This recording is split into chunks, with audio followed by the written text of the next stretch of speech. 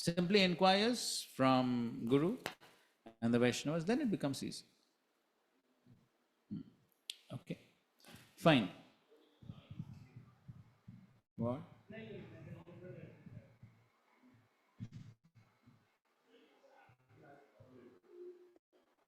Okay, now we are proceeding ahead. Uh,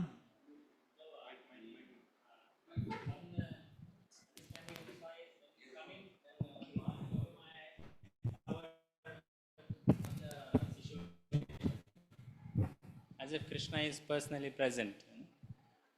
Little later, we saw that. Yeah. Gopal Champru. So I'm not understanding this. One is it's showing that like this. When he just entered into Vrindavan, that is the scene he saw. Okay. To the house of Nanda Maharaj. Nanda Maharaj offered him sweet rice. So there, Jiva Goswami is mentioning that actually everything was unclean, things were not washed, and because of separation, Nanda Maharaj managed to get one person to cook some sweet rice for just one person. Yeah. So what was the purpose of covering earlier project? Is there any? So my understanding is that Krishna wanted to actually show the beautiful Vrindavan, Okay. which welcomes Uddhav. Like. So that Uddhav, he feels welcomed when he comes to Vrindavan. Okay.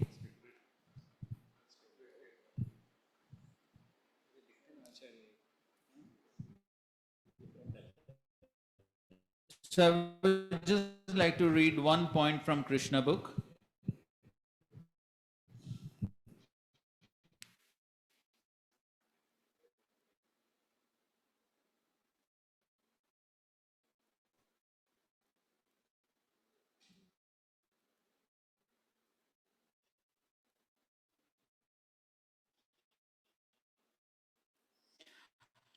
Talking about the quality of point. Even if one is highly elevated in mental education,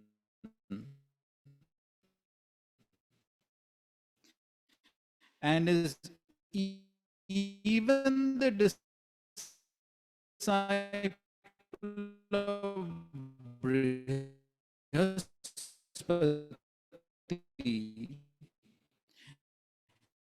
he'll have these other. So not understand Krishna Prem by material education. One cannot understand what is bhakti simply by material education. As we discussed this point yesterday also, because the process of devotional service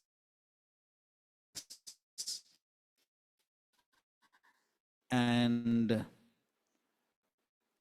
Krishna are understood by Ata Shri Krishna Amadi na bhavet grayam indriye sevon mukhi jivado swayam eva. So therefore, to understand the process of bhakti and Krishna, the grace is something which is very important. And trying to access that grace is an important aspect of devotional service. So Srila Prabhupada explains this very clearly, both in his purports and lectures, that the path of bhakti is a path of grace.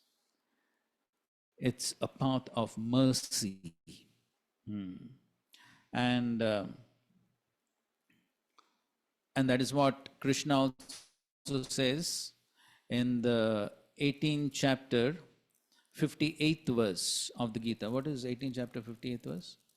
If I'm not mistaken, it's 58th verse. Yes. Say the prasadat sarva durgani tarishyasi. And then he says, Na shroshasi vinangshasi. So Krishna is saying, all the obstacles on the path, Sarva Durgani, all the obstacles on the path you'll be able to cross by my mercy, mat prasadas. So therefore, the important principle on the path of devotional service is how to please Guru and Krishna.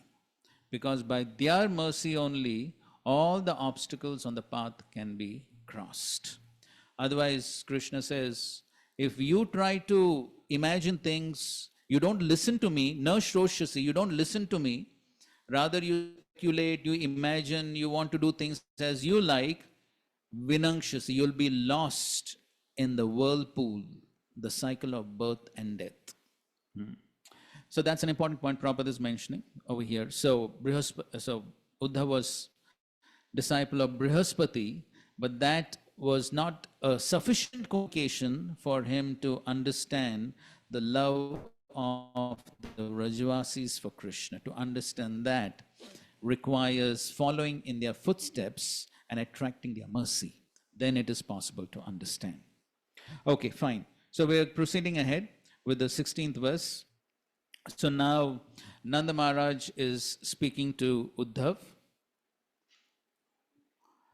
Kachadanga Mahabhaga Sakhana Suranandana Aste Kushalya Apadyadyer Yukto Mukta Suradvrataha. Does the son of Sura fare well now that he is free and has rejoined his children and other relatives? Okay, so Nanda Maharaj is first of all inquiring about Ugrasen. Vasudev, the father of Krishna. Vishwachak Thakur mentions a point as to why he is first inquiring about Vasudev. Please read 16th verse. Fearing that if he asked about Krishna, his throat would choke up and tears would come to his eyes, Nanda first asked about the welfare of Vasudeva. Vasudeva was now freed from the prison house of Kamsa and from all sorts of dangers. Okay, so that is the reason he first about Vasudeva. If he would have directly asked about Krishna, he would not have been able to speak anything further. Text 17. Vishtya kamso papa. We can recite together. Sanuga svena papmana sadhunam dharmashilanam yadunam dveshtiya sada. Fortunately, because of his own sins, the sinful Kamsa has been killed along with all his brothers. He always hated the saintly and righteous Yadus. So now having inquired about Vasudev, now he begins to inquire about Krishna. Text 18. Api smarati na Krishno mataram surudha sakin gopan brajam chatmanatham gavo vrindam girim. Does Krishna remember us? Does he remember the cowherds and their village of Vraja, of which he is the master? Does he remember the cows, Vrindavan forest, and Govardhan hill? Okay, you can read this. 18th verse. Then, with tears in his eyes and choked voice, he began to ask about Krishna. Pointing with his finger, he said, "Just see the condition of Krishna's mother, Sri Vraja now, bereft of glory, whose master was Krishna, Atmanatham, but which is now without Krishna. Will Krishna come here?" Okay, wait. 19th verse. Apyayasyati govinda svajanan sakridikshutam tari drakshyam tadvaktram sunasam susmitekshanam.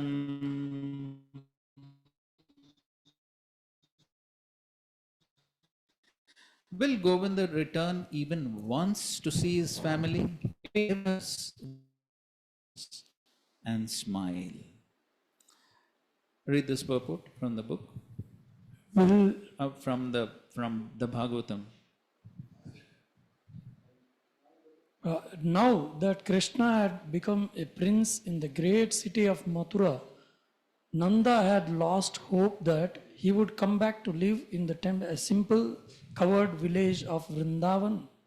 But he hoped against hope that Krishna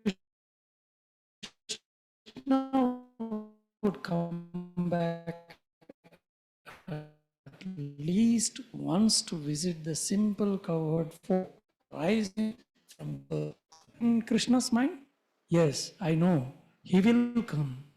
He will relieve you of suffering and will stay here. Let him not console us and let him not stay here permanently. I beg only to see him. We, we, his own people, today or tomorrow, will he not come to see them just once? Oh, Govinda, please take Vindatam, unlimited cows, meaning also millions of gold coins, pearls and diamonds, jewel encrusted plates, various types of cloth, ornaments, sandalwood, aguru, kumkum, and many household items.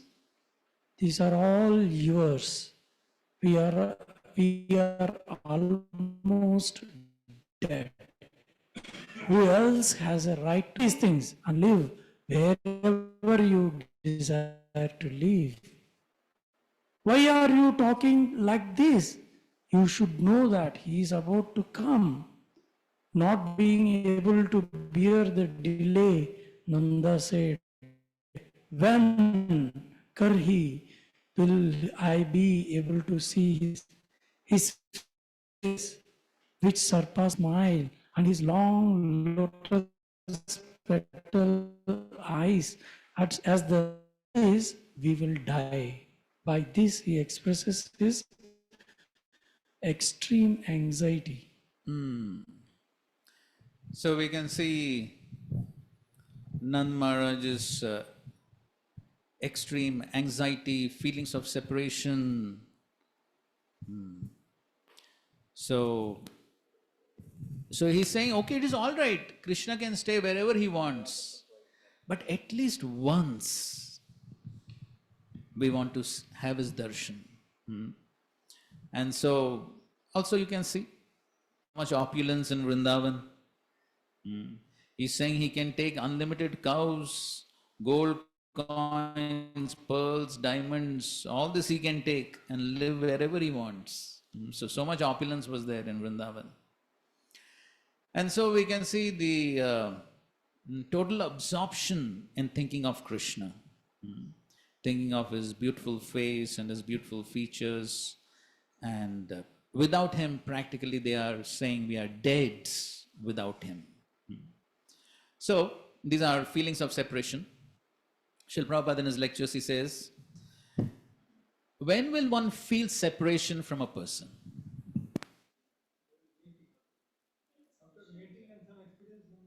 Okay.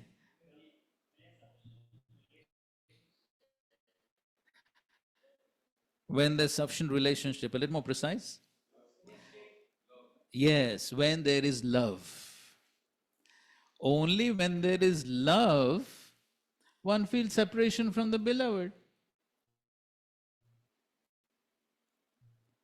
So when one feels separation from a person, when one will think about a person, when there is love, then one does not want to be separated from that person.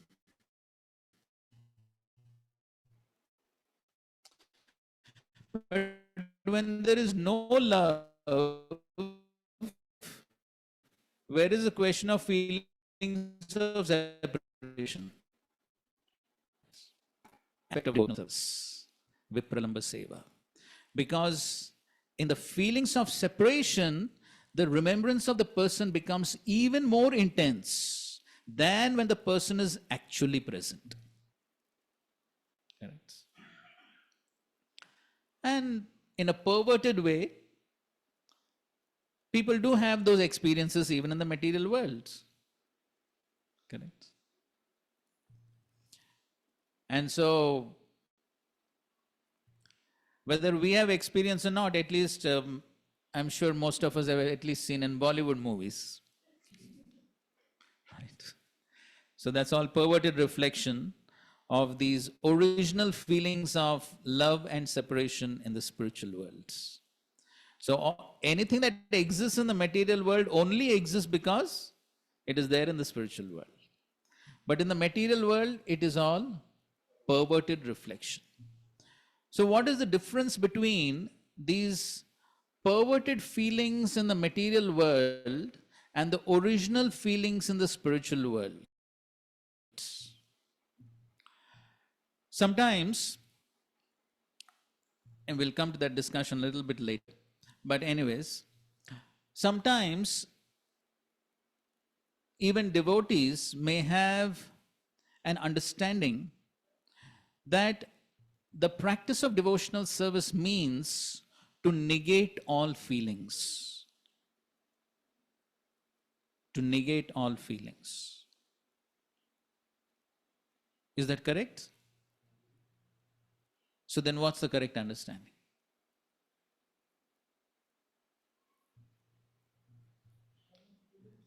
Negate all feelings that Mike Dadu. evoke our material attraction and Having those uh, emotions with Guru, oh, this, Krishna, Vaishnavas, not with material relationships. Okay, good.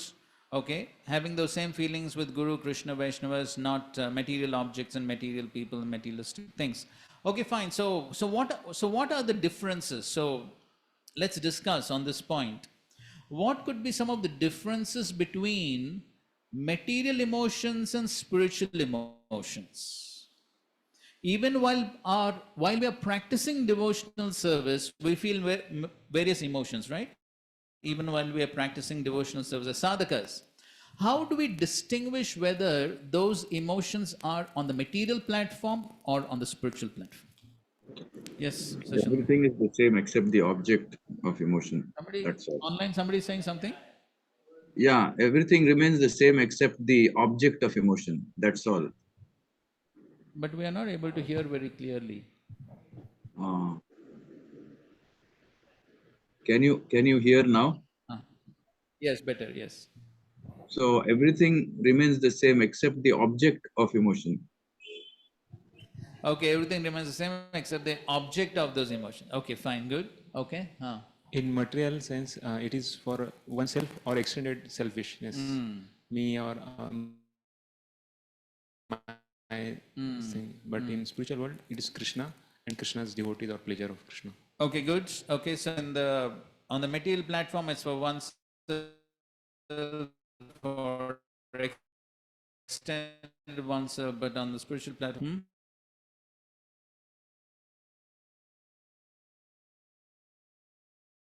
And spiritual emotions, they're liberating or they free one from middle bondage. Okay, the material emotions bind one, the spiritual emotions. Yes. Temporary, there is eternal. Okay, these are all temporary emotions. Difference between emotions on the material platform. Yes, Chaitanya. This kind of emotion of separation, Any emotions, we're talking in general. It could be any emotion. in relationship, they end in frustration in material world. In the spiritual world, what a separation or union, the emotions only increase. Emotions on the material platform simply frustrate a person, but on the spiritual platform, it is the cause of greatest transcendental happiness, which is the ultimate goal of the practice of devotional service, the ultimate aspiration. Something more?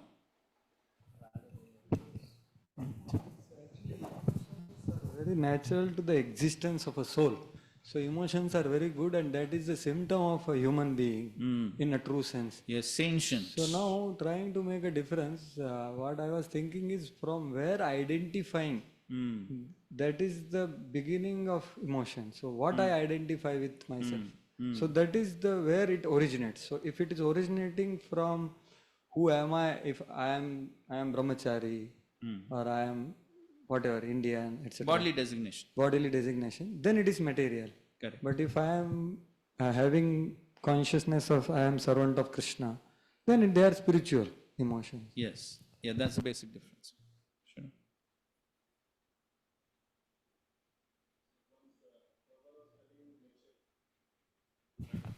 our neighbors are very envious of us because we are doing all the activities like printing, going out, this, that, and all. But they don't know for whom we are doing. Because we are doing it for Krishna. All our activities are Krishna consciousness. So that's what in all activities, our, at least though we may not theoretically or know, but actually it is, especially in a temple environment, it is for Krishna at least. Right. So as sadhaka, sometimes it may become a little difficult to understand whether my emotions are on the spiritual platform or material platform. To give an example, suppose a devotee went out for book distribution throughout the day, came back at night, didn't get prasadam, so he gets angry. Is this anger material or spiritual? Spiritual. Was that? Somebody said something? Somebody said something online? Yeah, Prabhuji, it's spiritual. Why? Because he's gone to serve Krishna, and the next day also actually he has to survive so that he can again go and do book distribution. So this is on a spiritual platform, because his anger is more because he has to serve Krishna the next day also. He has to chant also the next day. So khali pet kaise wo chanting karenge? Okay, I mean, we can definitely give the benefit of doubt. But how do we differentiate? So how do we differentiate? Yes, what you said is correct. That could be the thinking. But what is the differentiating line? Bolo? So what makes the difference?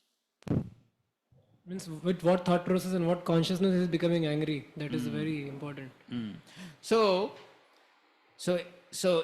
what could be the other thought process when he doesn't get the plate of prasad?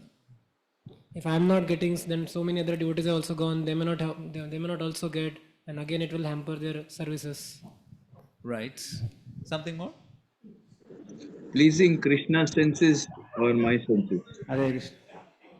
Whole day I was gone for good devotion. Devotee don't care for me. I came late night, they should think and keep a plate for me. I don't go to tomorrow onwards. Okay, that could be another way of thinking. Okay. Whose senses are pleased? Krishna's or mine? Whose senses are pleased, Krishna's or mine? So at least as of now, my senses are not pleased.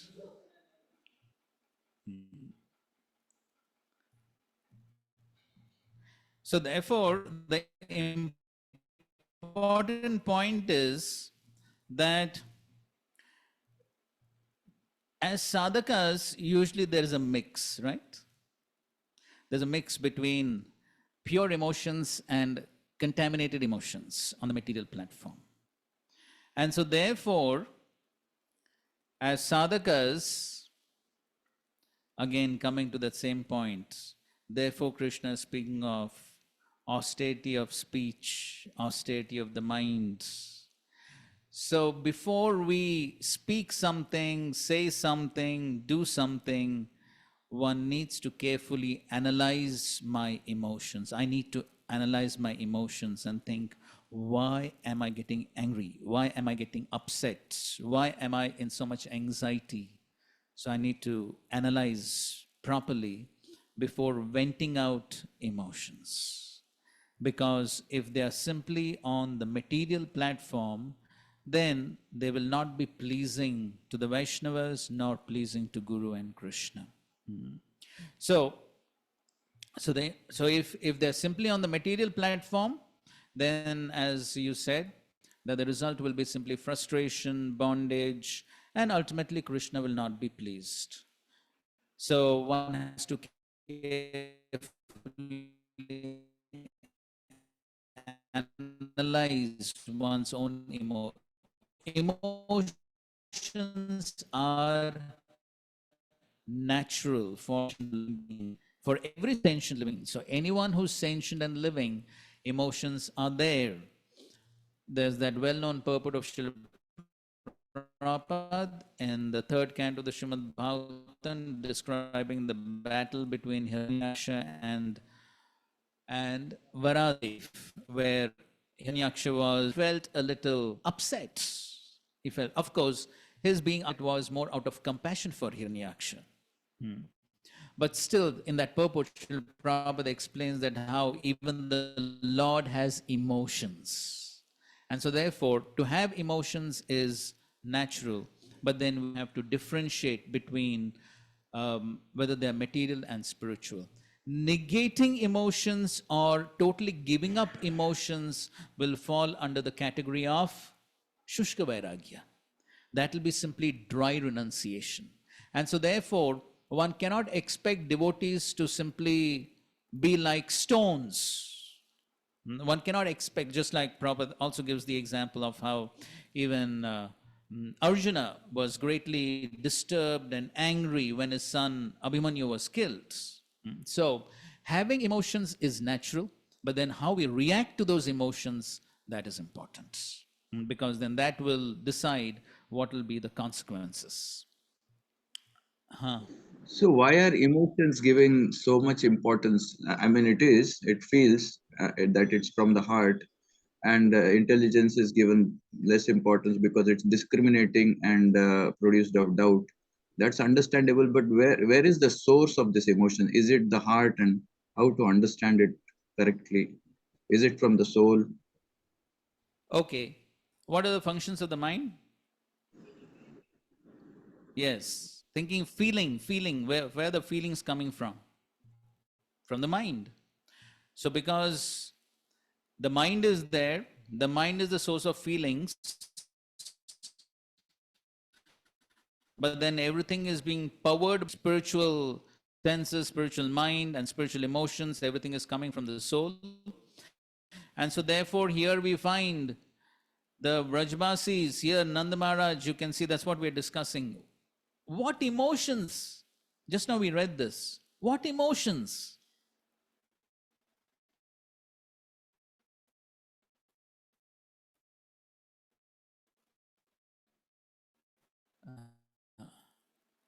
Height of emotions.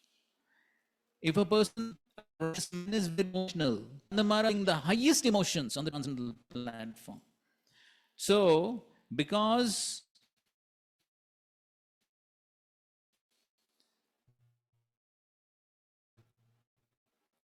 whether human beings or animals or birds, everyone has soul and everyone has an emotion. What is that? It is an emotion, correct? So emotions are natural. But then where we channelize those emotions, that is what is important. So emotions are natural, and just like senses are used in Krishna's service, mind can be used in Krishna's service, and the emotions are also to be used in Krishna's service. And so just like the Mayavadis simply negate the actions of the senses, that becomes artificial and does not last long. So similarly, if we simply try to negate emotions and become emotionless, that would also become artificial and it won't last long. And so therefore, expressing emotions is natural, but then that needs to be again properly dovetailed in Krishna's service and expressed in the appropriate ways for the pleasure of Guru and Krishna. All right? So you asked something. In the emotions, in my understanding, if there are some positive and there are some negative emotions. So if we don't express negative emotions properly, they often affect health and many things. So Amrita, like that, very exalted devotees exhibit negative emotions also very nicely, in the sense like this Jagadananda Pandita, of this. So for sadhakas, You made an interesting. I, I'm, I don't know how to best express it. So, how should a sadhaka deal with this disappointments, frustrations, anger? You put the point of analyzing as a little more. Can you please help us on this? So, just like we have the example of Sanatan Goswami. Sanatan Goswami went into such a state of disappointment that he wanted to commit suicide. Who commits suicide? When one is totally disappointed and frustrated, correct? So, such a negative emotion can also come to a Mahabhagavat.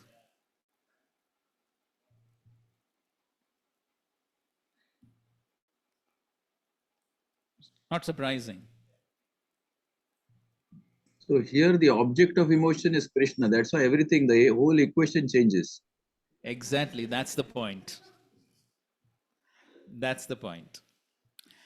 And so he had those negative emotions.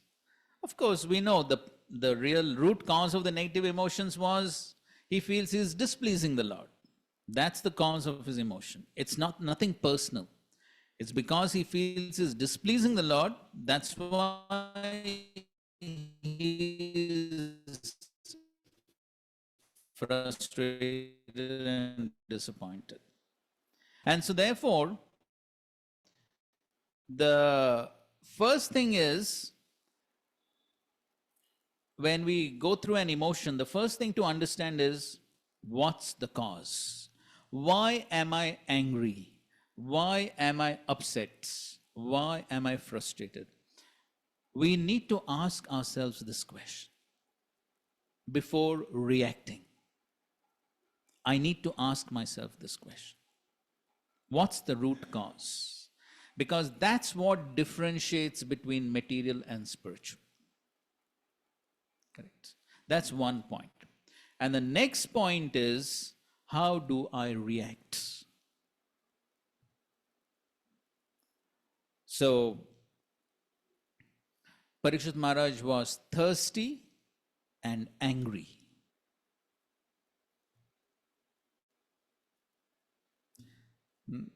I saw a sentence on a restaurant: a hungry man is an angry man. So, he was thirsty and so he became angry. Again, natural. So he responded by putting the dead snake. Of course, not too bad, it was not a live snake. But responded in that way, which from an external viewpoint cost him his life. Correct? It cost him his life. So, therefore, these 2 points are important. The first is to understand what's the cause of my emotion. And the second point is, how do I react? Have disagreements, disappointments, and feeling of being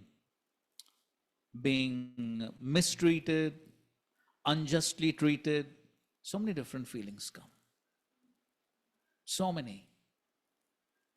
But then all those emotions, even from a spiritual perspective, may be correct. But yet, one has to know how to respond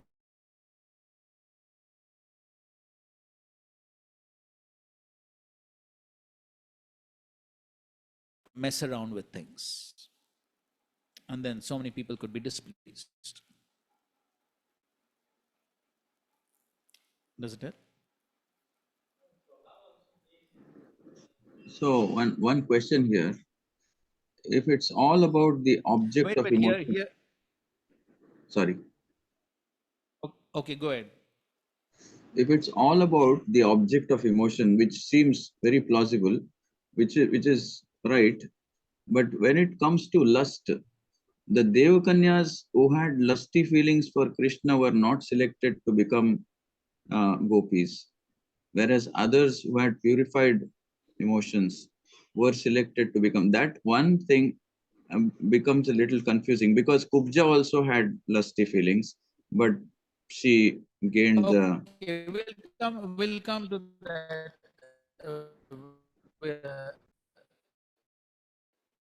That discussion of Kubja will come to in the after the 48 chapter. We'll come to the discussion of Kubja. Okay. So different natures, different swabhavas, and when you talk of swabhava, it is basically influence of three modes. So that influence of three modes could be different. Somebody who is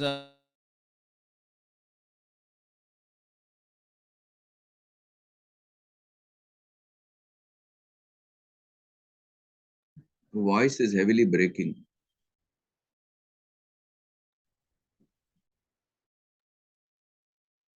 Prabhuji, we are not able to hear you. Yeah, that's.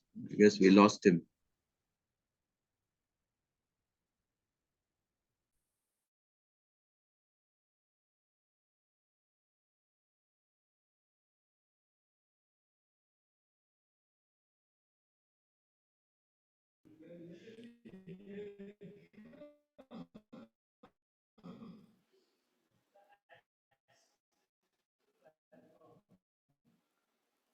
One devotee is responding wrong, devotee is responding. We do it at modes, but at the size, Favorite Krishna. So, and the modes one should restrict and accordingly express. Yes, that's correct. So due to different influence of modes, different emotions will come, and that is natural. But at the same time, first of all, one has to understand, and then whatever may be the cause, but then I need to respond in a Krishna conscious way. So that requires some self restraint and self control, and that again requires some determination. Okay, so now let's proceed. So, Hare and here you Krishna, can see Prabhuji. the highest form of Hare Krishna, Prabhuji. emotions here by none. Okay, 20th verse.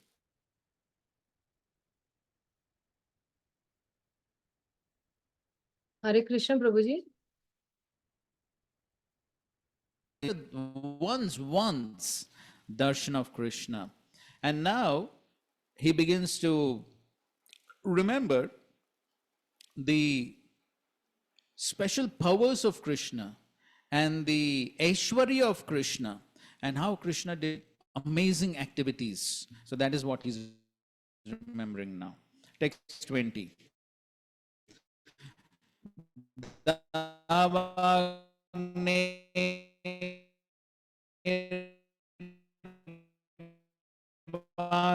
वर्षाच वृषसर्पर्षिता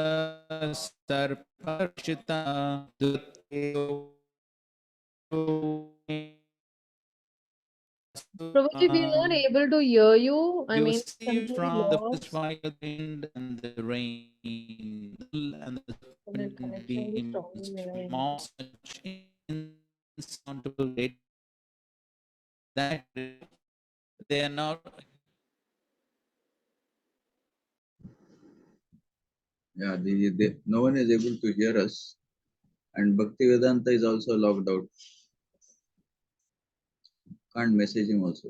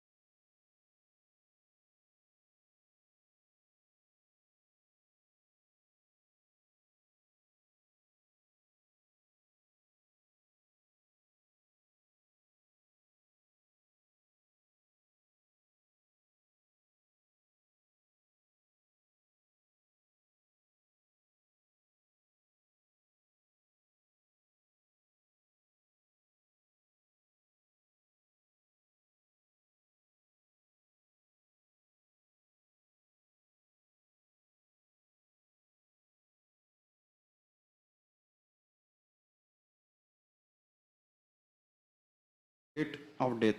He saves us from the forest fire, from the rains produced by Indra because of his natural affection for us. Su Mahatma. But today, why does he not save us from the huge fire of terrible separation? I cannot understand this. Okay, so that's the mood in which he is remembering all these. So he's thinking in the past he saved us from all these dangers, but now why he's not coming and saving us from this fire of separation? Before he saved us from huge forest fire, correct? So how Krishna dealt with the forest fire? Just swallowed it. So that's what Nand Maharaj is thinking. Previously he saved us from such a big forest fire. Now why is not saving us from this fire of separation? Text 21. Smaratam Krishna Viryani Leela Banga Nirikshitam Hasitam Bhashitam Changa Sarvana Stitilakriyaha Shitilakriya. As we remember the wonderful deeds Krishna performed, his playful sidelong glances, his smiles and his words, O Uddhav, we forget all our material engagements. Okay, read.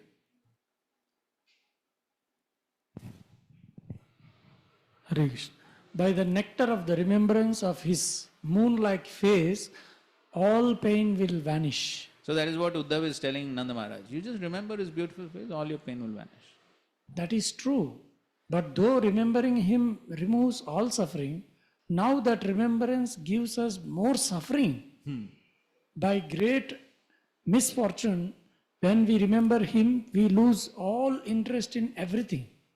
Though we continue to bathe, eat and perform other daily activities by rote means as a routine. By routine, we have lost interest in these things also.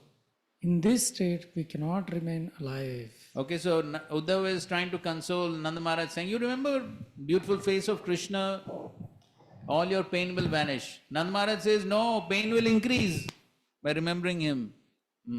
So now we cannot even perform our daily activities, and so we will definitely die.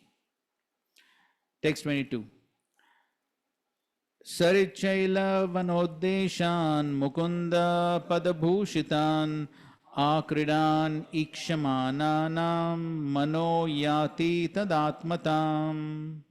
When we see the places where Mukunda enjoyed his sporting pastimes, the rivers, hills and forests he decorated with his feet, our minds become totally absorbed in him. Okay? So, Prabhu, question. Wait. Hold on. Questions later. 22. If this is the case, then I can understand that you are staying in the house and remembering Krishna too much. Therefore, to give up dwelling on him so much, you should herd the cows and walk on the bank of the Yamuna. So this is Uddhav's advice. So Uddhav is saying you are sitting in the house all the time remembering Krishna, that's why you are so miserable. Better you go out. Better you go out and walk in the forest of Vrindavan. You will forget Krishna.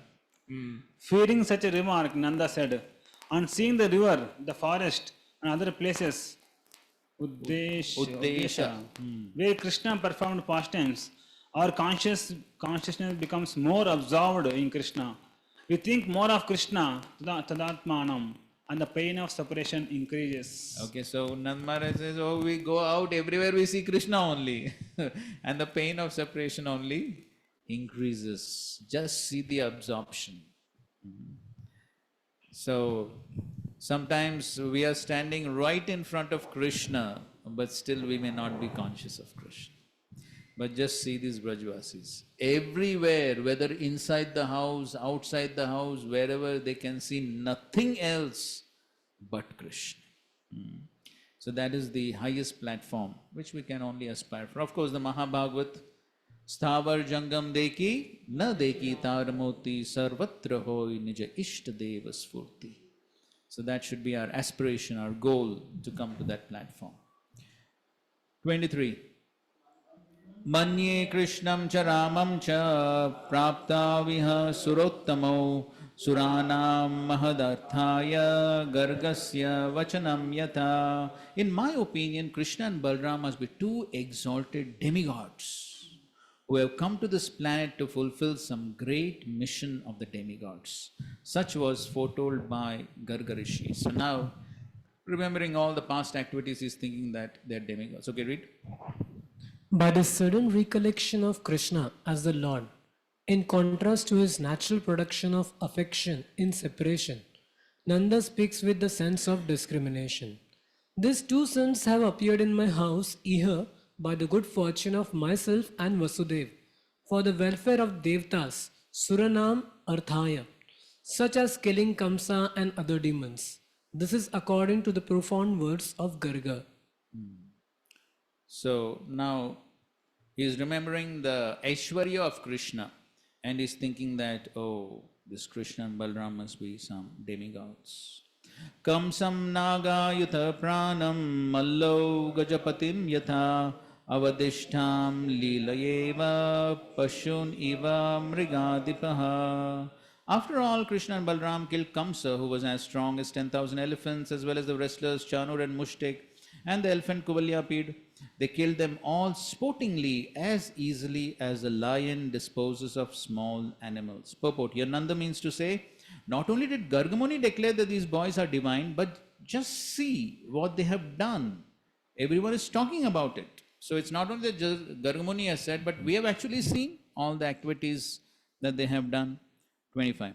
Talatrayam mahasaram dhanur yashtem ive bharat bhavanjaikena hastena saptaham madadhat girim. With the case of a royal with the ease of a royal elephant breaking a stick, Krishna broke a powerful giant bough 3 talas long. He also held a mountain aloft for 7 days with just one hand. According to Acharya Vishwanath, a tal, a palm tree, is a measurement of about 60 hastas or 90 feet. Thus, the great bow Krishna broke was 270 feet long. Just imagine. 270 feet. Okay, same thing. Okay, 26. Pralambo dhenuko rishta strinavarto bakadaya daitya surajito hata yene halilaya. Here in Vrindavan, Krishna and Balram easily destroyed demons like Pralamba, Dhenuka, Arishta, Trinavat and Baka, who had themselves defeated both demigods and other demons. So Nand Maharaj is remembering all these Aishwarya of Krishna, how he did all these wonderful activities. 27. Shri Shuka Uvacha iti samsmritya Nanda Krishnaanurakta atya utkantho bhavat tushnim prema prasara vivvala. Shukdev Goswami said, thus intensely remembering Krishna again and again, Nand Maharaj, his mind completely attached to the Lord, felt extreme anxiety and fell silent, overcome by the strength of his love. Okay, samsmritya. Where does these two words come? Iti samsmritya. Huh? Acha, you're a new Brahmana. Where else do you find this? Iti samsmritya. Huh? Aparad Shodak mantras last when we do seva, the All last. Brahmanas only remember this only. Which other scripture?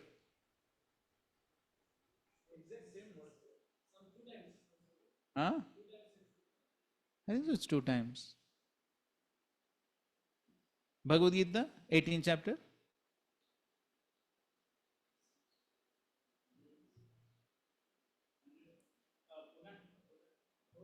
There's some Smriti comes, no? Sanjay, huh?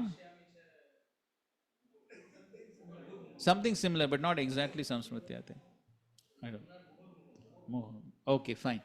Okay, anyway, so he's remembering again and again these beautiful activities of Krishna. Okay, read this. His mind became attached to Krishna. By remembering the powerful aspect of Krishna, Nanda thought, oh, by misfortune, I have been separated from my son, who is the ocean of powerful qualities. His attachment to Krishna was such that, unlike Vasudev, his relationship with Krishna did not weaken even in appreciating Krishna's great powers as a Lord, for his attraction to Krishna could not be restricted by that. With his mind attracted to Krishna in this way, he became helplessly under the sway of paternal affection, prema prasara vivala. In the presence of supreme prema of Nanda, who like Agastya swallowed the whole ocean, what is the significance of ocean of Aishwarya? So Nanda Maharaj's prema is so much that even though he is remembering the Aishwarya of Krishna, that Aishwarya was insignificant to reduce the prema. So, just like Mother Yashoda. So when Mother Yashoda saw the universal form or the entire universe within the mouth of Krishna, so temporarily she was overcome by the Aishwarya. But then that was very simply momentary. And then immediately after that, again she was subdued by the prema. So that we always see in Krishna Leela. So sometimes the Aishwarya comes up, but then the prema is so intense that the Aishwarya simply gets subdued in that prema. And that is the difference between the Brajvasis and the Mathuravasis and the Dwarkavasis. So the Mathuravasis and Dwarkavasis also have prema, but their prema is mixed with Aishwarya. So they have knowledge of Aishwarya, they know that. And that Aishwarya does not get subdued. But the Vrajvasis, they have Kevala prema. So you know two types of prema. What are they? Two types of prema. Rupa Goswami gives in the Bhakti Rasamrita. Mahatmya Gyan Prem and Kevala Prem. So Mathuravasis, Dwarkavasis, they have Mahatmya Gyan Prem. So they know the Mahatmya or the greatness, the Aishwarya of Krishna. The Vrajvasis also know. It is not that the Vrajvasis don't know. They also know. But the prema is so intense that it subdues the Aishwarya. Srila Prabhupada gives an example. He says that just like the Prime Minister, so the Prime Minister, so he is full of Aishwarya. But when he comes home, how does his mother treat him? The mother will simply treat him as a son. Does it mean that she does not know that he is Prime Minister? She knows. She knows that he is Prime Minister, but because the prema is much higher, she simply treats him like a son. She may chastise him and rebuke him and do all those things, even though she knows that he is Prime Minister. Why? The prema overcomes the Aishwarya. So that is the position of the Brajvasis. So it is not that the Brajvasis don't know the Aishwarya, but then the prema is so great that the prema just subdues the Aishwarya. And so sometimes the Aishwarya comes up, but then the prema becomes so intense. I'm sure you may recollect in the previous chapters, once there was a discussion between Nanda Maharaj and the cowherd men. And the cowherd men, they say that, oh, your son has done so many wonderful activities, most probably they're demigods or Narayan or whatever. And then Nanda Maharaj said, no, how is that possible? When there is lightning, he goes and hides in Mother Yashoda's sari and he cries for milk and he steals butter. Forget it. So that's how, even if the Aishwarya tries to come up, the prema just subdues. And that's what happens. So here, even though here Nanda Maharaj is remembering the Aishwarya, how he killed so many demons, he broke this bow and all that, he's remembering the Aishwarya. But then that is only momentary. The ocean of prema just subdues this Aishwarya. That is the speciality of Vraja Prem. And so therefore, even though in Mathura, Dwaraka, and Ayodhya, Vaikunta, everywhere there is prem. Without prem, one cannot enter into the spiritual world. Everywhere there is prem. But still, from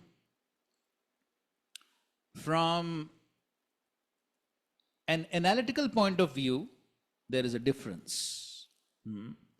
So when we analyze the prema in different places, then one has to come to the conclusion that Vraja Prem is topmost.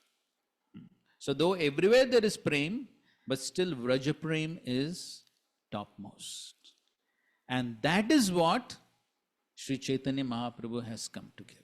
Vraja prem, specifically Vraja prem.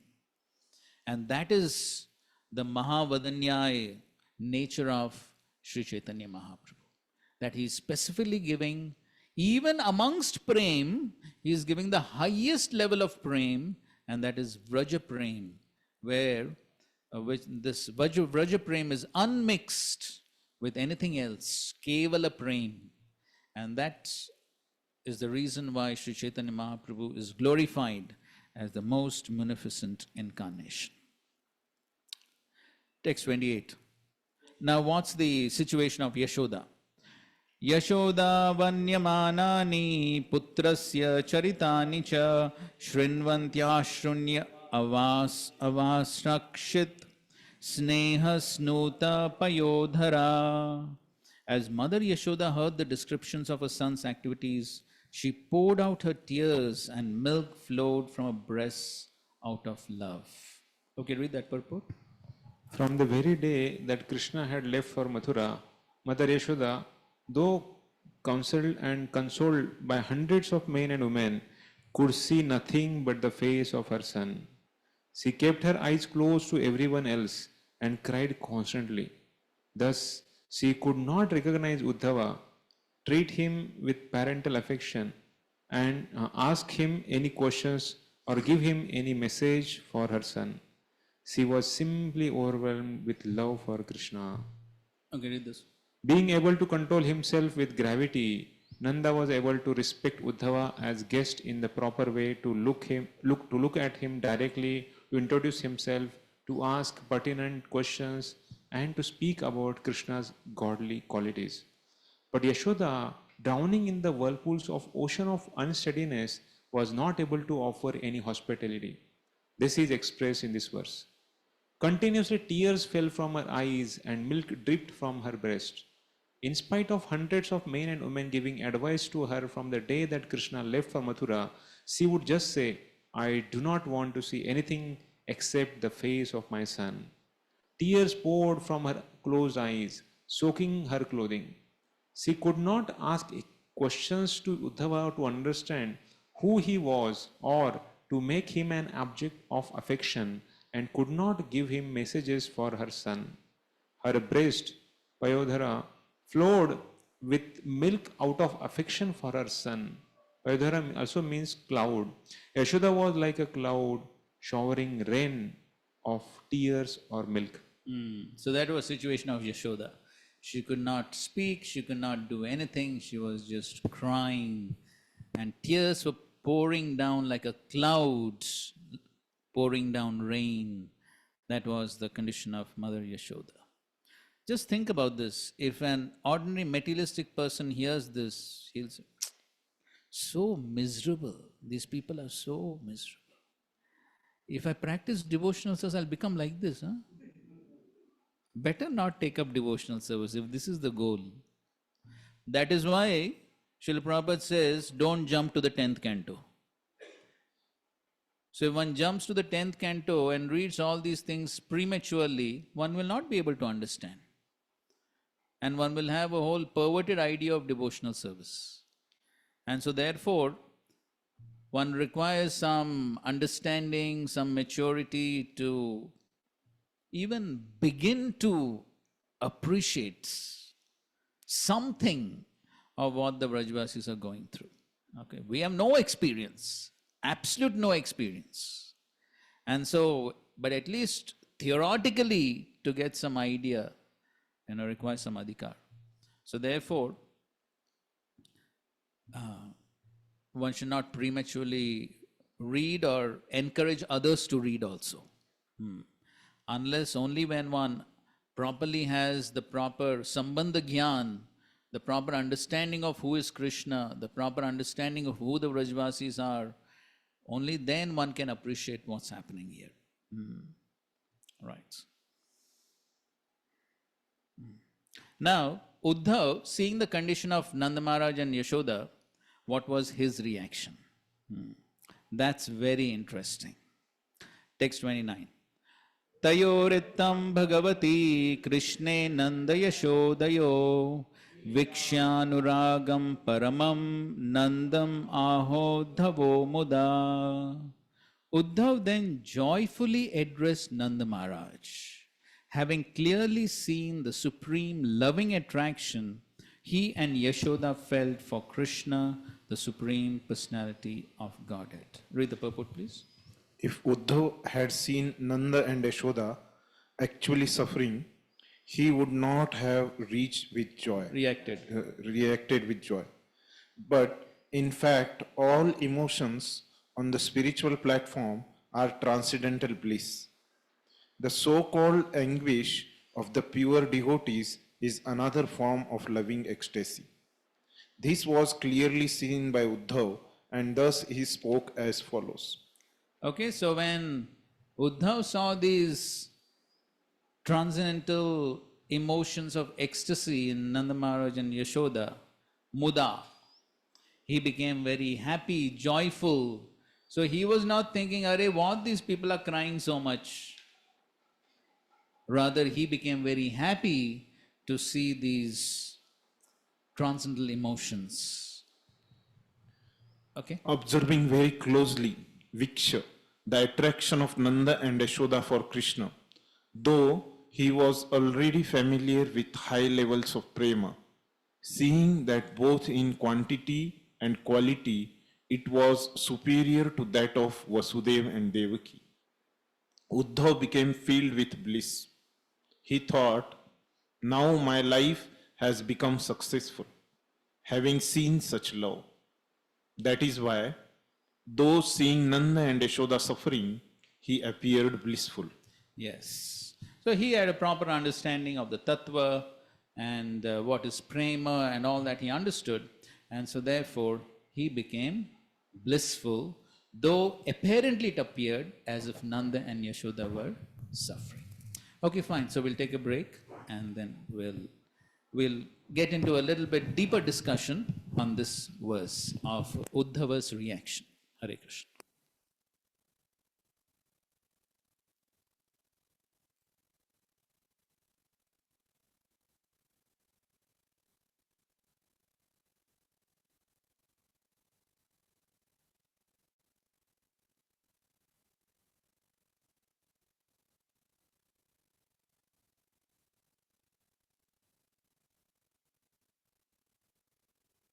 A type of cheating process in the sense that they imitate the activities of exalted personalities like Haridas Thakur. One should not attempt to imitate such exalted devotees. Rather, everyone should endeavor to preach the cult of Sri Chaitanya Mahaprabhu in all parts of the world and thus become successful in spiritual life. One who is not very expert in preaching may chant in a secluded place, avoiding bad association. But for one who is actually advanced, preaching and meeting people who are not engaged in devotional service are not disadvantages. A devotee gives the non-devotees his association, but is not affected by their misbehavior. Thus, by the activities of a pure devotee, even those who are bereft of love of Godhead get a chance to become devotees of the Lord one day. In this connection, Srila Bhakti Thakur advises that one discusses the verse in Srimad Bhagavatam beginning, Naitat Samache Jatu Manasapi Animsh, and the following verse in Bhakti Rasamru Sindhu. Anasaktasya Yathartham Upayunjada Nirbandhe Krishna Sambandhe Yuktam Vairagyam Uchyate. One should not imitate the activities of great personalities. One should be detached from material enjoyment and should accept everything in connection with Krishna's service. Okay, just see the emphasis which Srila Prabhupada is giving on preaching. And that is why it's very important for us to read the Bhaktivedanta purports so that we get a very clear understanding of what is Srila Prabhupada's mood and mission. So, you see in this purport, Srila Prabhupada makes everything very clear as to what a spiritual master actually expects from his disciples. So clear, isn't it? Just these two purports, it's so clear what a spiritual master expects. The spiritual master expects, first thing is? Standard. What? Spiritual standard. Yes, make spiritual progress. But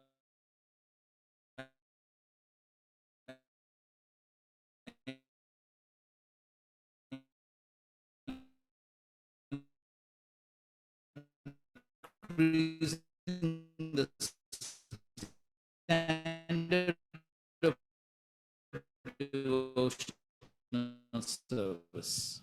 And the second, okay, fine. So, how the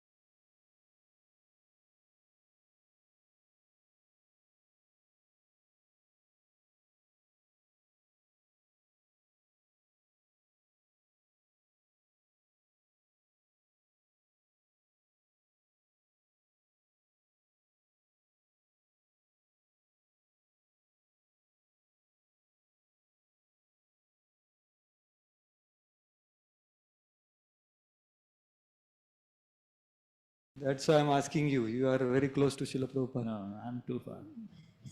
So there Prabhupada says that even if he thinks like that, pseudo devotees and so on, so still he should associate with his spiritual master. Correct. So this is what we want to follow.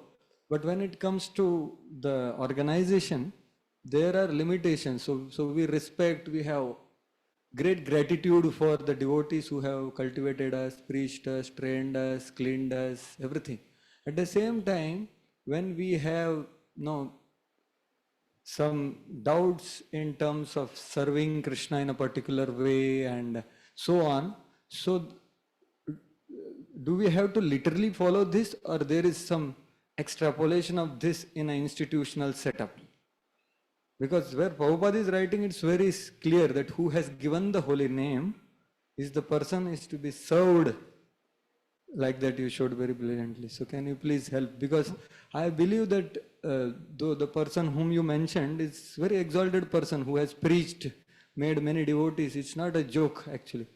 And there are many people who I have seen. I could not take name in the mic now. No, don't ever take any names. You can understand. So I have great respect for one of our classmates also has gone out, right? With lot of dedication. So it's not that they are all insincere, they are just, sense gratifiers or sensuous people. No? So like some of them read first canto 20 times also. But they are highly close to Prabhupada. Okay, so what's But how do I, means it is, so my question is that this thing is mentioned by Srila Prabhupada, and as the Prabhupada follows, we are supposed to follow. So is it literal, or can you please help me if I get such? Okay. So what do you think? I think what Prabhupada, I don't think anything. Whatever Prabhupada is written, that I should try to do. Okay, fine. So what do others think? Any Prabhu, thoughts? yes, can you hear me online? Very Can clear. you? Okay. So, see, I have discussed this and I'm experiencing also. As we keep chanting, I've discussed this with the Vrindavan Prabhu also. As much as we can chant, of course, 100%, 64 rounds, as Bhakti Siddhanta Saraswati Maharaj said. Otherwise, you are not a Vaishnava. If you can't do that, then you have to be very clear to yourself. Are you sleeping? Are you simply struggling? Are you lazy? Then you should work or you should do other things. But a person who wants to chant, he should be allowed to chant. Okay, you try that, you will fail, and then you come here, you do seva because you're not yet there. So 100% a person who lives and goes, he has a great love for chanting 64 rounds. He should not be demeaned. That much I feel very personally because for the past 2.5 years or 3.5 years, so I've been chanting 64 rounds and it's just a very nice experience. Uh, and then when I hear no 16 rounds and you should do that sort of, oh, it hurts. Where everywhere we see, even Guru Maharaj says, chanting is number one seva. After that, if you can't do that, then you have to do other things. So when the organization part comes, yes, someone has to do seva. Everyone chants 64 rounds. What will happen? Those things come into play, and here is where the confusion is that okay, you are not up to mark, you are not up to, you do this one, you do this one. But someone So is asking, I want to chant, what should we do? we just read a purport of Srila Prabhupada where Prabhupada is writing here, one cannot imitate, right? Just here. One should not imitate the activities of great personalities. Okay. So fine. Okay. Okay. Thank you for your thoughts. Okay. Anybody else wants to add something? Yes, Shuddha.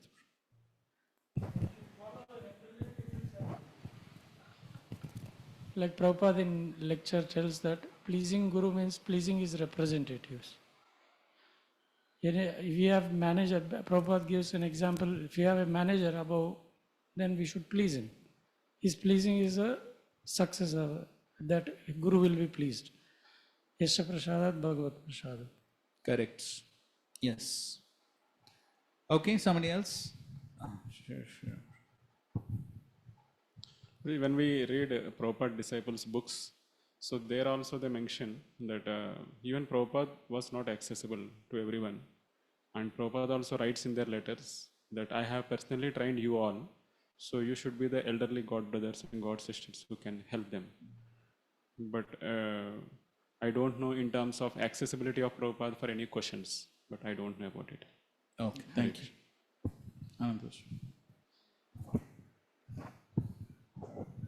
That sometimes it is practically not possible to address spiritual master to so many disciples. So he only tells that we should follow his representative.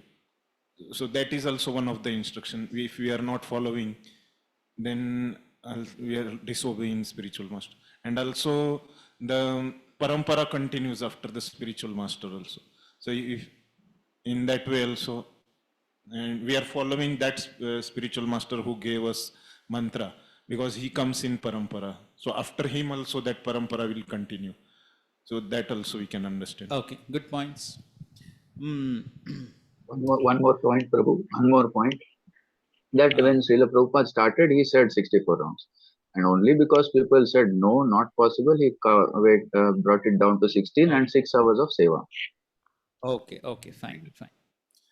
So, to illustrate this, maybe this pastime would illustrate a point. And I don't know, maybe some of you have heard it before. This is told by His Holiness Niranjan Maharaj. So he says that how, as many proper disciples who came a little later in the movement, they did not have direct access to Srila Prabhupada. So Niranjan Maharaj himself got both first and second initiation without having personally met Srila Prabhupada even once. And so he was living at, he was serving the Boston temple, and they had just acquired a new building. Srila Prabhupada was scheduled to come to Boston, and so they wanted to have good, new, renovated rooms for Srila Prabhupada. And Niranjan Maharaj had some background of carpentry and building renovations. So the temple president calls him and requests him to renovate this new building that they'd got, which was in quite a dilapidated condition. So at that time, as most devotees were very enthusiastic about book distribution, Niranjan Maharaj also was. And so when the temple president calls him, he says, I'm busy in book distribution, so I can't do this.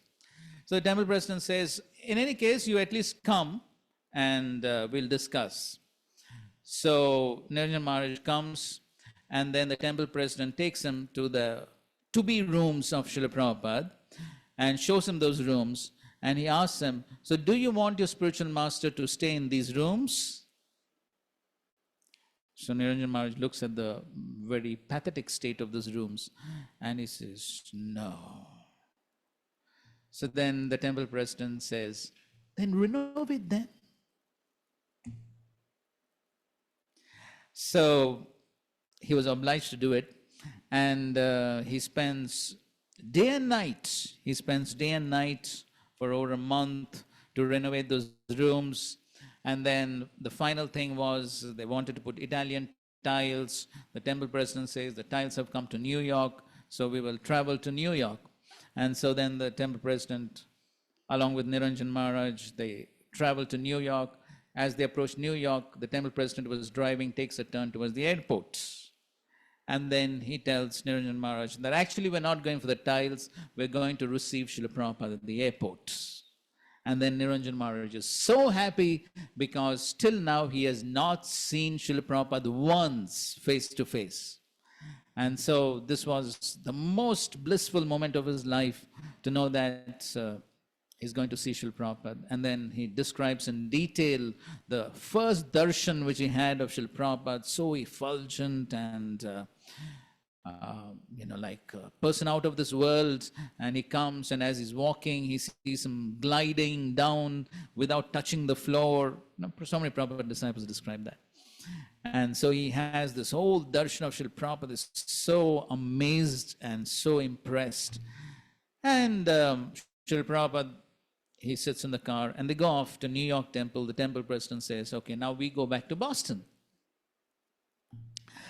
So they go back to Boston, and then what happens is, when on the scheduled day that Srila Prabhupada was supposed to come to Boston, he gets an appointment with the then Indian Prime Minister, Indira Gandhi. And so Srila Prabhupada's visit to Boston was cancelled, and Srila Prabhupada never came to Boston again and never stayed in those rooms which Niranjan Maharaj had so painstakingly renovated. But what is the lesson he gives? The lesson he gives is that even though Srila Prabhupada never came to stay in the rooms, he reciprocated with his service by giving him his darshan. That was the reciprocation. And so therefore, the service which a devotee renders never goes in vain. And Krishna and the spiritual master will definitely reciprocate in so many inconceivable ways. And how Krishna and the spiritual master will reciprocate, that is explained by Srila Prabhupada very beautifully in the purport to the 10th chapter of the Bhagavad Gita, 10th verse purport. The last paragraph of that purport, what does Srila Prabhupada write?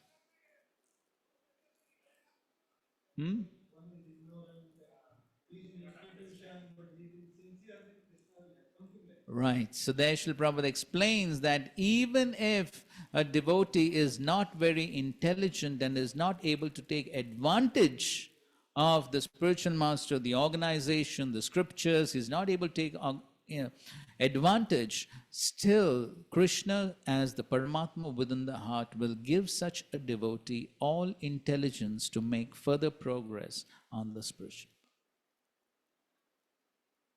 And so therefore,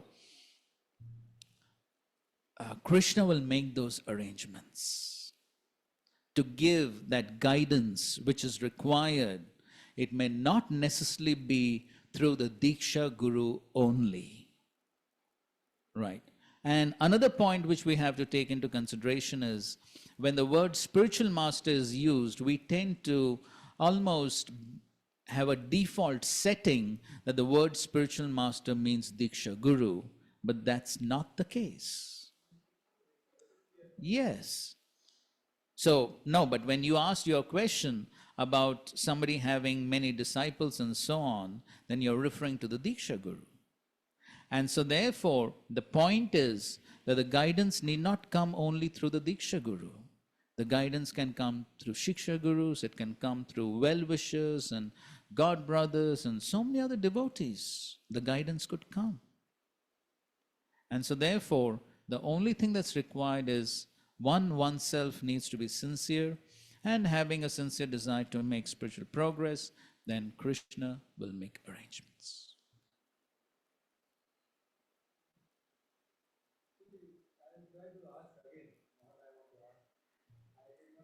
Okay, so what you are, I know what you're trying to ask. You're trying to ask about Prabhupada's statement about taking guidance from the spiritual master even in the liberated state. No, yeah- no, no, no. Please, please allow me to express because I am not able to express myself properly. Okay, And we are losing a lot of time in that. And that is my fault. Because naturally, all the time we are trying to follow representative. There is no doubt about that. We are trying to please them. I have personally got instruction that as a brahmachari, you should be happy to be disciplined by authorities. So there is no doubt about trying to please authorities, which Prabhuji is saying. So what I am trying to ask here, Prabhu, is when Prabhupada is saying that a person thinks that is a pseudo devotee, it's not a normal time. It's a very neophyte consciousness. Actually, as one progresses, he sees others as advanced. So it is a affected consciousness, as per my understanding, when there is some turmoil in his life, where he. So this is my understanding, and that time is being spoken. It is not that anything and everything, some doubt comes, you go. No, no, no. That is given.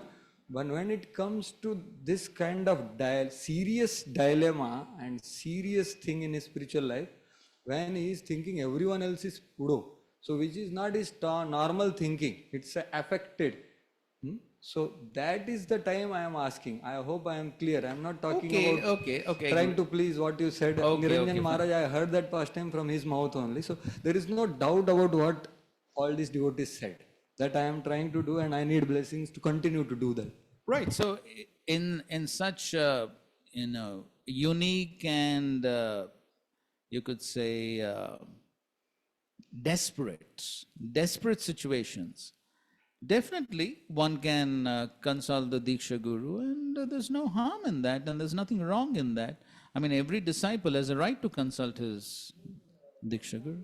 Shiksha Guru and Shiksha Guru, as I agree, but who is a Shiksha Guru then? When we say Shiksha Guru, then my facilitator is also Shiksha Guru, temple president. Okay, So what you mean when you say consult Shiksha Guru? Okay, so we don't want to get into the details of that topic. Okay, but we'll go ahead. But you already are very close to Shivaram Maharaj, and Shivaram Maharaj has written the book, Shiksha Guru.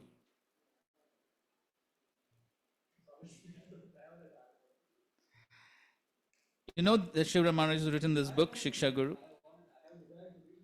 So you read that book and all your questions will be answered. Okay, Hare Krishna. Okay.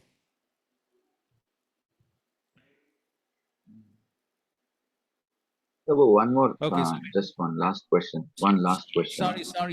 Sorry. We are Late. Okay. losing out on time. Okay, fine. So we're going to the 30th verse. So now Uddhava is speaking to Nanda Maharaj. Shri Uddhava Uvacha Yuvam Shlagyatamau Nunam Dehinam Ihamanada Narayane Khilagurau Yatkrita Matiridrishi. Shri Uddhav said, O respectful Nanda, certainly you and Mother Yashoda are the most praiseworthy persons in the entire world, since you have developed such a loving attitude towards Lord Narayan, the spiritual master of all living beings. Okay, so this point we have discussed, that this is the ultimate perfection.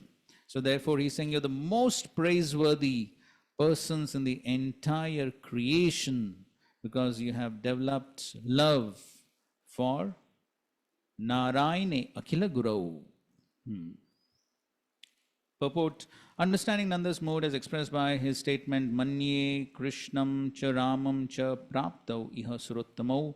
I think Krishna and Ram must be two exalted demigods. Uddhav here referred to Krishna as Lord Narayan. Okay, so he's sort of approving what Nanda Maharaj had said before.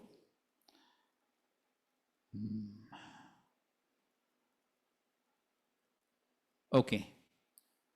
Okay, read this here. 30th verse.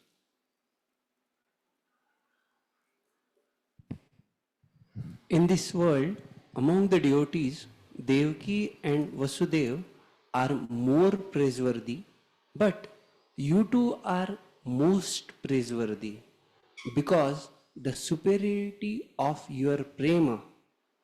Nanda already said that he knew that Krishna and Balaram were God, verse 23. Knowing that Nanda appreciated Krishna's lordly aspect, Uddhava describes Krishna in this verse as Narayana, the Guru of everyone, thereby emphasizing Krishna's power in order to sympathize with their sentiments. Okay, so he's trying to say that Krishna is no ordinary person, is powerful person. And so that's, he wants to give assurance to Nanda Maharaj. Text 31. Etau hi vishwasya cha bija yoni Ramo mukunda purusha pradhanam Anviya bhuteshu vilakshanasya Jnanasya cheshat imau purano. These two lords, Mukunda and Balram, are each the seed and womb of the universe, the creator and his creative potency. They enter the hearts of living beings and control their conditioned awareness. They are the primeval supreme. So he's describing the Aishwarya of Krishna and Balaram. Okay, please read the purport. Hare Krishna. The word vilakshana means either distinctly perceiving or confused, depending on how the prefix vi is understood in tone context. In the case of enlightened soul, vilakshana means perceiving the correct distinction between the body and the soul. And thus Lord Krishna, as indicated by the word Ishate, guide the spiritually advancing soul. The other meaning of vilakshana, confused or bewildered, clearly apply to those who have not understood the difference between the soul and the body, or the distinction between the individual soul and the supreme soul. Such bewildered living beings do not go back home, back to Godhead, to the eternal spiritual world, but rather achieve temporary destination according to the laws of nature. It is understood from all Vaishnava literature that Sri Rama, Balaram, here accompanying Lord Krishna, is non-different from him, being his plenary expansion. The Lord is one, yet he expands himself, and thus Lord Balaram is no way compromise the principle of monotheism. One God.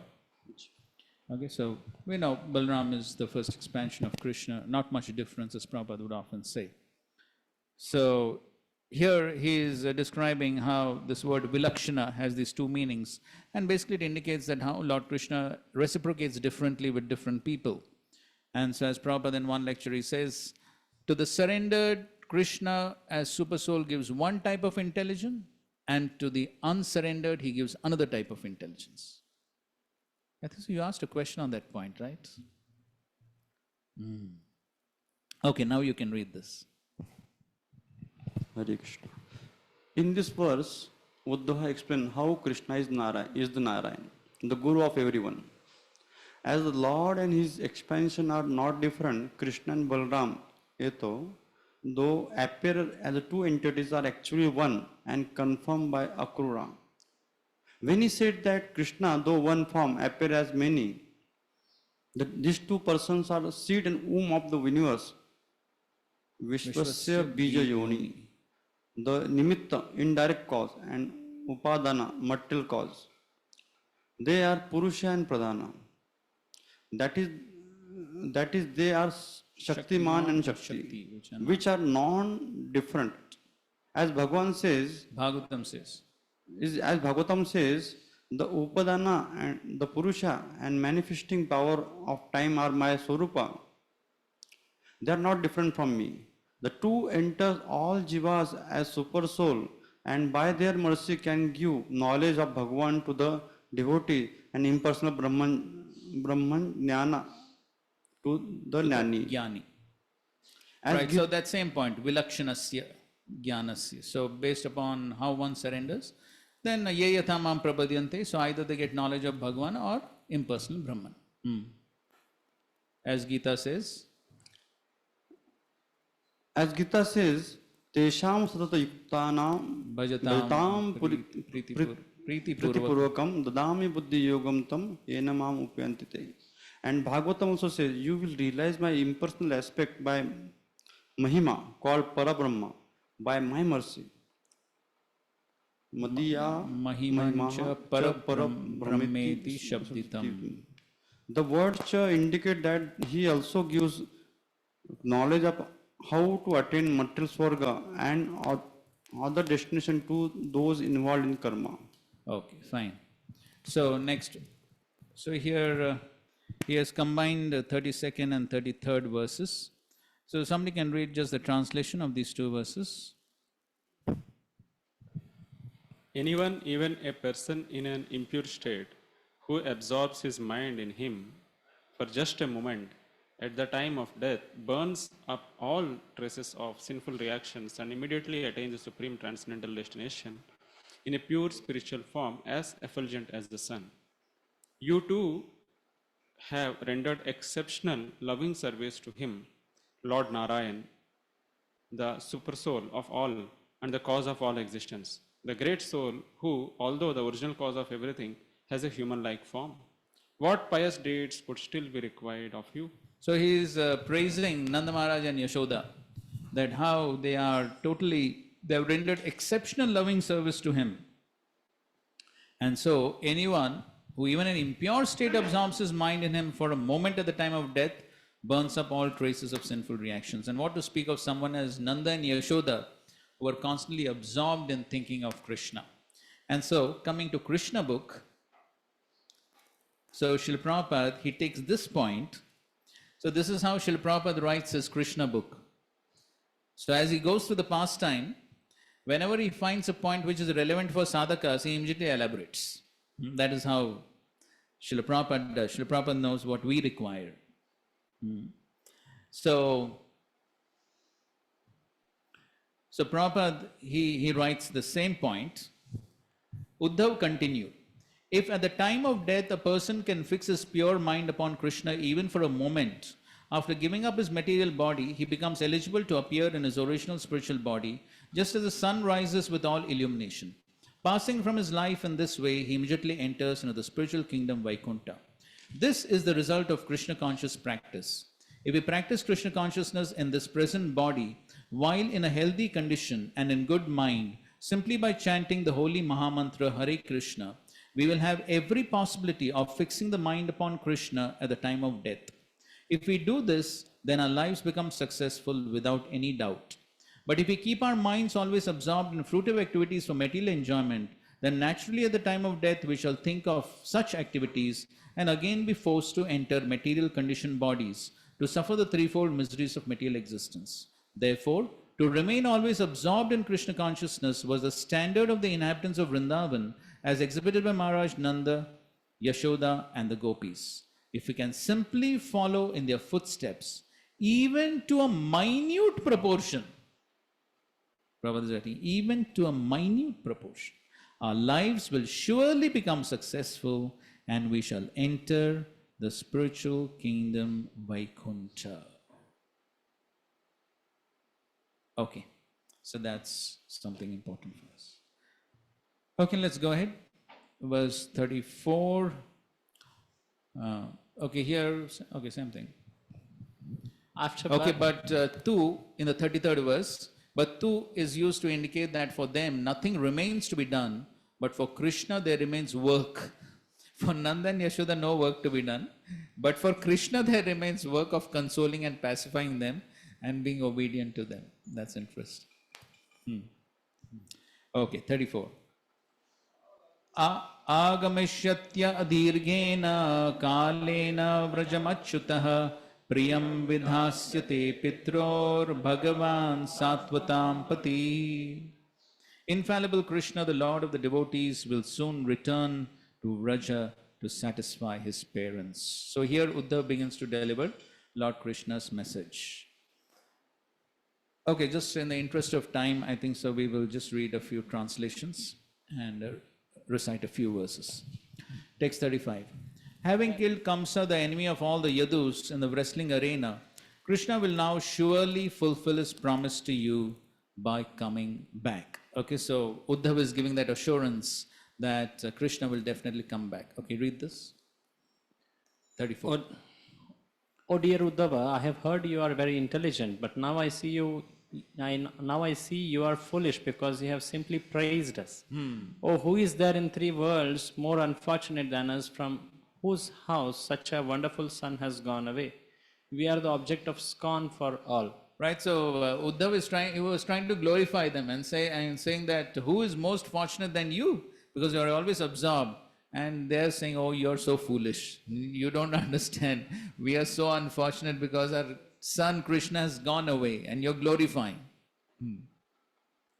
Anticipating the statement, Uddhava says, Achyuta, not breaking his promise, will come very soon to Vraja. Functioning just as protector of the Yadus, Atvatam Pati, he will remain here and fulfill all of your desires. Priyam vidhasyate. Okay, 35.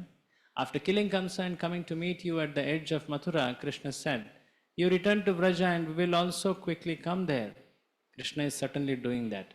The present tense is used, karoti, to indicate that Krishna is fulfilling his promise at his moment. In fact, in another manifestation, Krishna was actually in Vraja then and was being attentively cared for by Nanda and Yashoda, though Uddhava could not see this.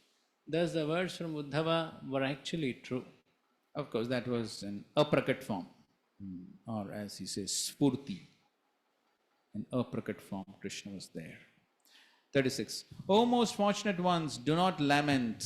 You will see Krishna again very soon. He is present in the hearts of all living beings, just as fire lies dormant in wood. Purport. Uddhava understood that Nanda and Yashoda were very impatient to see Krishna, and thus he reassured them that Sri Krishna would come soon. Okay, read. Oh, so great is our misfortune that there is a delay in our truthful son coming to Vraja. To answer the lamenting parents, Uddhav replies with this verse: you should not lament. Very soon you will be able to see Krishna. Right. So here is an interesting analogy that's given here. Aster Jyoti Ivaidasi.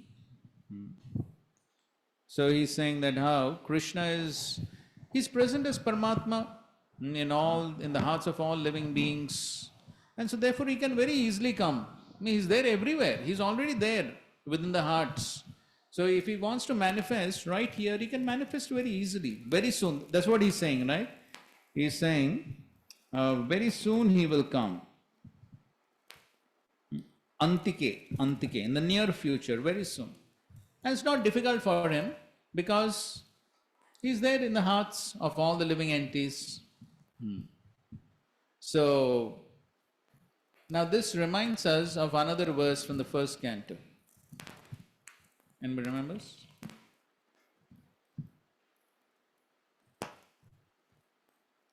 A very beautiful verse.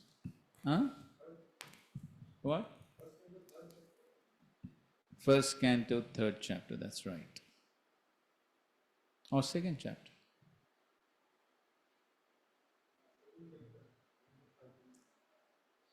It almost comes towards the end of the chapter.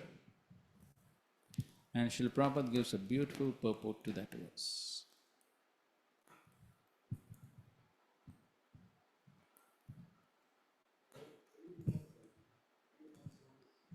Correct.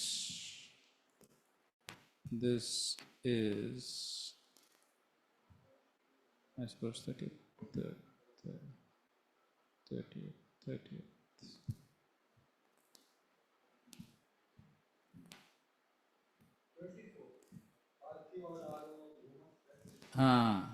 That's 24?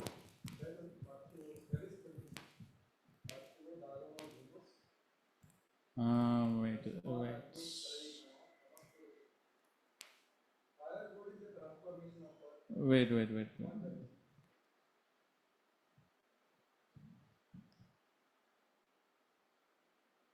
Yes. So you say exactly similar analogy.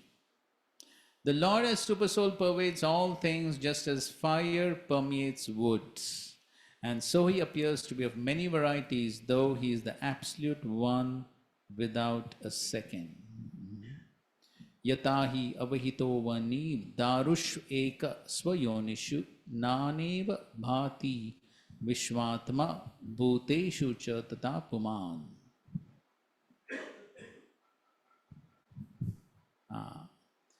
You're right. This is the verse. Okay, read this purport. Very nice purport.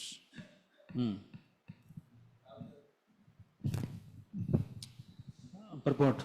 Lord Vasudeva, the Supreme Personality of Godhead, by one of his plenary parts, expands himself all over the material world, and his existence can be perceived even within the atomic energy. Matter, antimatter, proton, neutron, in all these, one can perceive the manifestation of the Paramatma feature of the Lord by proper spiritual culture. As from wood, fire can be manifested, or as butter can be churned out of milk, so also the presence of the Lord as Paramatma can be felt by the process of legitimate hearing and chanting of the transcendental subjects, which are especially treated in the Vedic literatures like the Upanishads and Vedanta. Srimad Bhagavatam is the bona fide explanation of these Vedic literatures. The Lord can be realized through the oral reception of transcendental message, and that is the only way to experience the transcendental subject.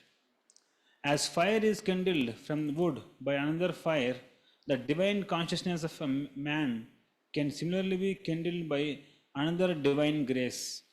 His divine grace, the spiritual master, can kindle the spiritual fire from the wood-like living entity by imparting proper spiritual messages injected through the receptive ear.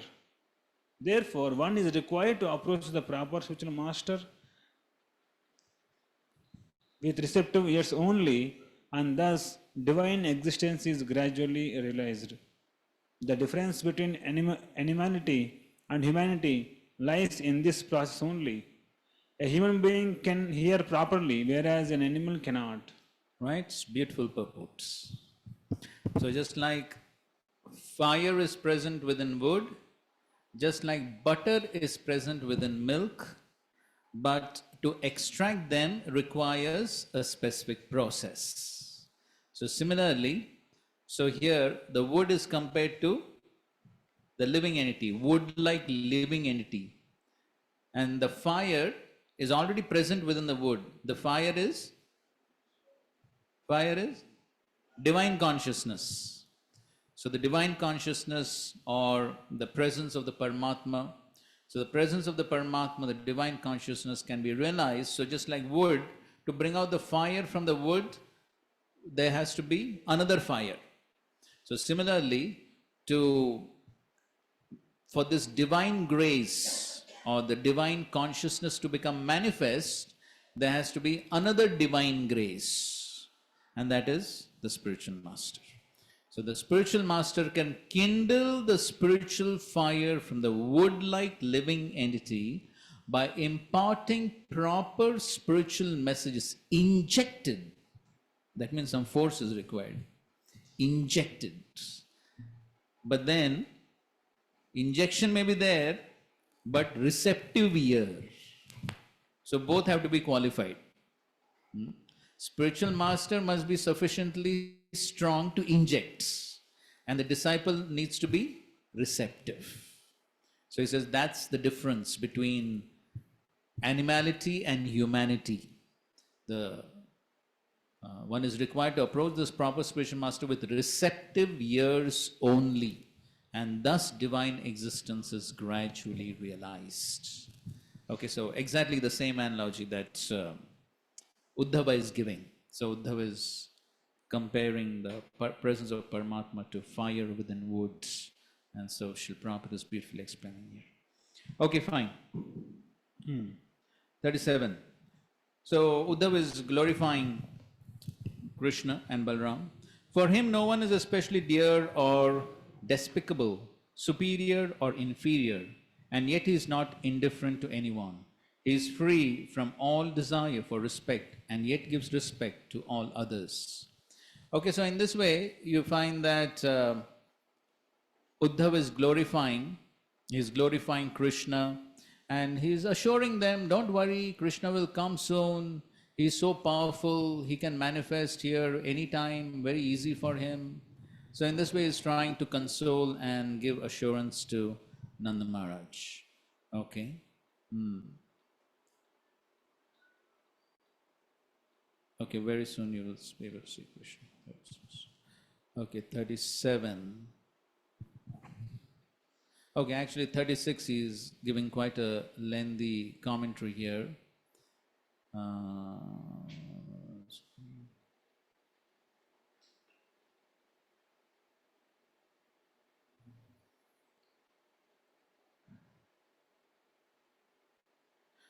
okay, read this paragraph, but how can I advise Nanda?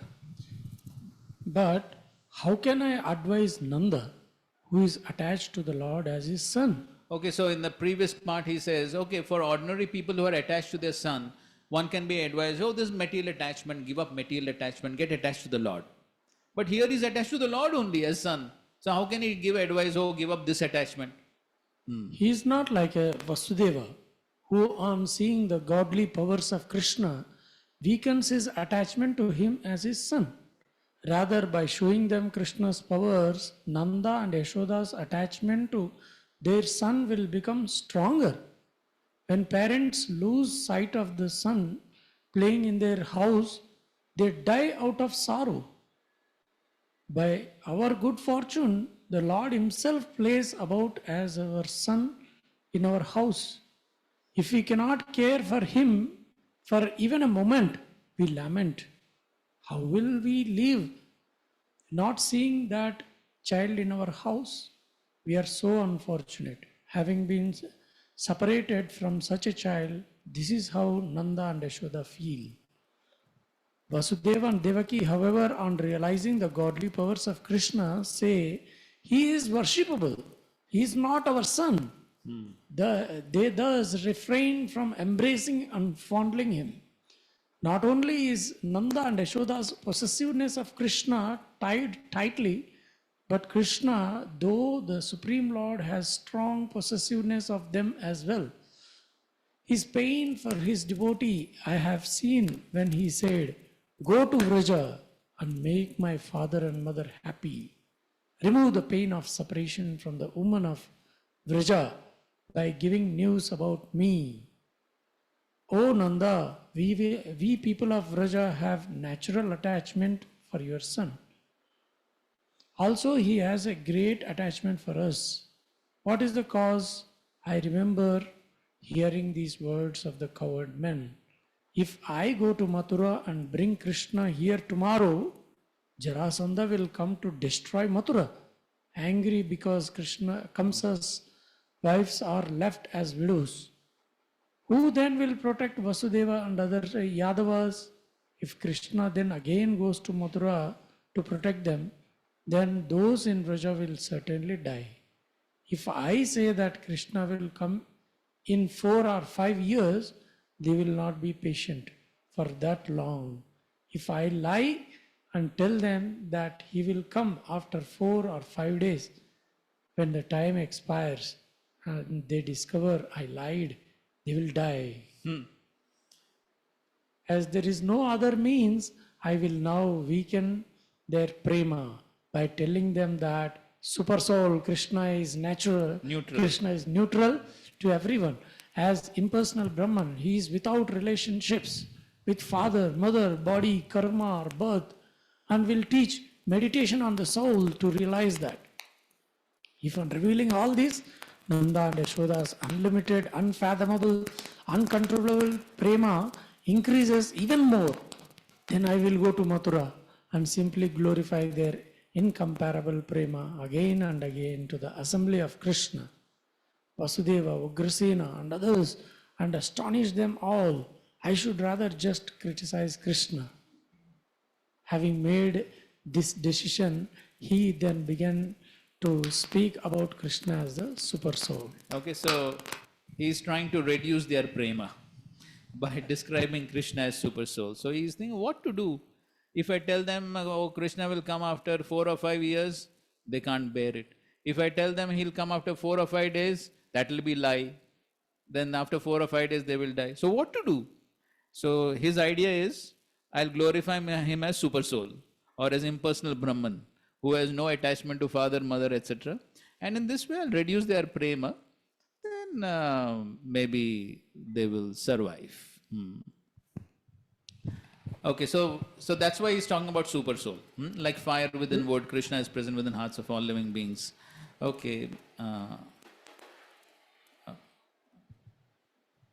Okay, fine. Okay, we'll go to the next verse. So 37th verse, therefore, he's describing the super soul, who is, as Krishna says, Samom Sarvabhuteshu Name Dveshwastina Priya. For him, no one is especially dear, despicable. So we read that. Text 38. He has no mother, no father, no wife, children, or other relatives. No one is related to him, yet no one is stranger to him. He has no material body, no birth. Okay, so they are all glorifying, he's all speaking about the super soul aspect. Just to reduce their prema. Just think about it. We are struggling to get a fraction of a drop of prema, and here Uddhav is trying to reduce their prema. Just see the fun. And so that's basically what he's describing, all super soul. Next verse also. He has no work to do in this world that would oblige him to take birth in pure, impure, or mixed species of life. Yet to enjoy his pastimes and deliver his saintly devotees, he manifests himself. Okay, let's read this. 37, 39. Noticing that Nanda and Yashoda's prema did not decrease after his explanation, Uddhava then said, Krishna, the king of Praja, is directly the Parabrahma. This he explains in 3 verses. No one is dear to Brahman. What is the reason? Brahman has no false identity and is equal to all. The direct meaning of the verse which Uddhava revealed to Nanda is obvious. There is a hidden meaning as well. That Brahman does not take birth in wombs of goodness, passion or ignorance. As it is without birth and it has no karma nor material body, consequently it does not have material activities or material goals. Krishna, however, takes birth from those who are beyond the modes, such as Nanda and Yashoda, Vasudeva and Devaki, and consequently fulfills responsibilities, appears with a body, performs activities, and has goals. He has a mother and father. However, not wanting to directly reveal this to Nanda, Uddhava kept it covered. Though he is impersonal Brahman, he also appears out of affection for his devotee in order to deliver them from suffering. Okay, so he's basically presenting Krishna as impersonal Brahman. 40. Although beyond the 3 modes of material nature, goodness, passion, ignorance, the transcendental Lord accepts association with them as his play. Thus, the unborn Supreme Lord utilizes the material modes to create, maintain, and destroy. So we know this philosophy, how the absolute truth comes. He associates with 3 modes in the form of Brahma, Vishnu, and Mahesh, right? So that's how he, in order to perform the activities of this material world, he takes on these different forms as Gunavataras. 41. Okay, 40, though he's without gunas, for his play. So for his play, he's doing all this. So thus, the creation is not the Lord's, but rather that of the gunas. Due to defect in the bodily functions, a person may perceive, okay, this is the next verse, 41. 41 is giving an example. Just as a person who's whirling around perceives the ground to be turning, one who is affected by false ego thinks himself the doer, when actually only his mind is acting. So Srila Vishwanath Chakravarti gives a parallel idea.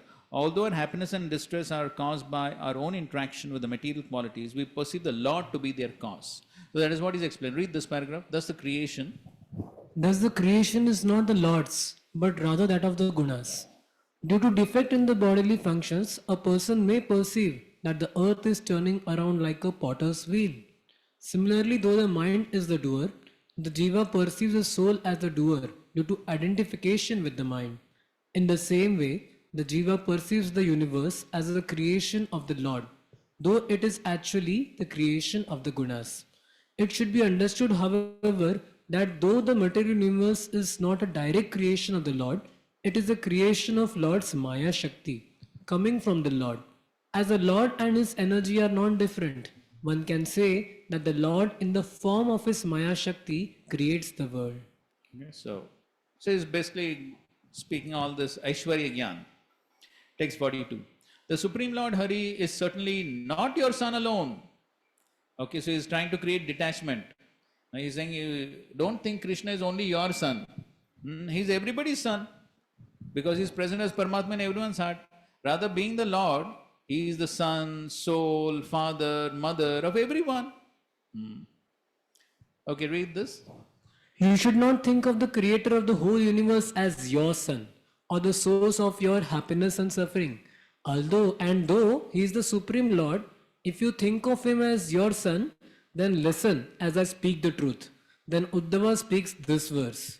He is not just your son. Whoever cultivates a sentiment of him as their son, he is their son. Anyone who cultivates him as the dearmost, like the soul, he becomes the dearmost. For those who think of him as the father, he is father.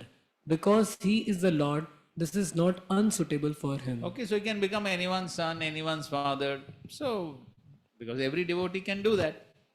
So therefore he is trying to create some detachment. Don't think he's only your son. You're so attached to him. No, he's not only your son. Okay, 43. Nothing can be said to exist independent of Lord Achyuta. Nothing heard or seen. Nothing in the past, present or future. Nothing moving or unmoving, great or small. He indeed is everything, for he is the supreme soul. And in the purport here, he is writing, Sri Uddhava is relieving the distress of Nanda and Yashoda by bringing them to a more philosophical plane. Or at least he is thinking he can relieve the distress. He is explaining that since Lord Krishna is everything and is within everything, his pure devotees are always with him. Okay. Okay, 44. While Krishna's messenger continued speaking with Nanda, okay, that's the last verse of Uddhav speaking to Nanda Maharaj. Okay, let's read this one, 43. Actually, O King of Raja, you too and others also should know that Krishna is the whole universe since it is made of his energy. You should also speak about him accordingly. All things, big and small, seen and heard, cannot exist independently of him. Vastuna taram. Nothing can be spoken of independent of him. Na vachayam. Okay. So while Krishna's messenger continued speaking with Nanda, the night ended, O king. The women of the cowherd village rose. That means Uddhava was speaking to Nanda Maharaj throughout the night. Throughout the night he was speaking. Now the night has ended. The women of the cowherd village rose from bed and lighting lamps worshipped their household deities. Then they began churning the yogurt into butter. As they pulled on the churning ropes with their bangled arms, the women of Vraja shone with the splendor of their jewels, which reflected the lamp's light. Their hips, breasts, and necklaces moved about, and their faces, anointed with reddish kumkum, glowed radiantly with the luster of their earrings and reflecting from their cheeks. As the ladies of Vraja loudly sang the glories of lotus-eyed Krishna, their songs blended with the sound of their churning, ascended to the sky and dissipated all inauspiciousness in every direction. Okay, so that's like Kirtan. So when devotees also chant Kirtan with raised arms, all the inauspiciousness of the world is dissipated. When the godly sun had risen, people of Vraja noticed the golden chariot in front of Nanda Maharaj's doorway. Who does this belong to? They asked. Perhaps Akrura has returned. He who fulfilled Kamsa's desire by taking lotus-eyed Krishna to Mathura. So the gopis angrily spoke this statement. And the last one is really an angry statement. Is he going to use our flesh to offer funeral oblations for his master, who was so satisfied with his service? As the women were speaking in this way, Uddhava appeared, having finished his early morning duties. Purport: this verse reveals the bitter disappointment of the gopis when Akrura took Krishna away. However, they will be pleasantly surprised to see that the unexpected guest is Uddhav. Thus end the purports of the humble servants of His Divine Graces, Bhaktivedanta Swami Srila Prabhupada, to the 10th canto, 46th chapter, Shambhavitamrita Uddhava.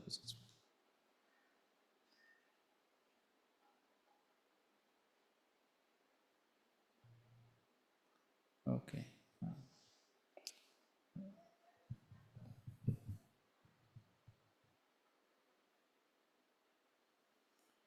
Okay, fine. So that's the end of this chapter.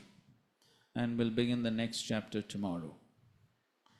So that's quite an inconceivable chapter. This is Srimati Radharani's Mahabhav, Prem, exhibited in the Brahmar Geets. So anyway, let's see what happens. Srila Prabhupada ki jai, Grantaraj Srimad Bhagavatam ki jai, Samved Gaur Bhakta Vrinda ki jai. Thank you very much. Hare Krishna, Krishna Krishna, Hare Hare, Hare Rama, Rama Rama, Hare Hare.